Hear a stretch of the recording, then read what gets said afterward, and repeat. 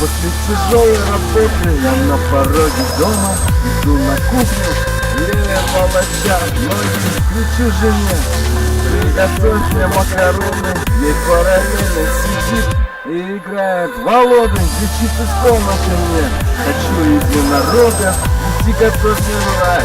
Я не на носороге, я всю зарплату с авансом потратил на него. Кредит на корм взял, а сам без макарон. Я за 3 года жизни поспал всего 1 раз, ночами в городе демонов, выпивая окрас. Ругаясь и наблюдая, что супруга злится.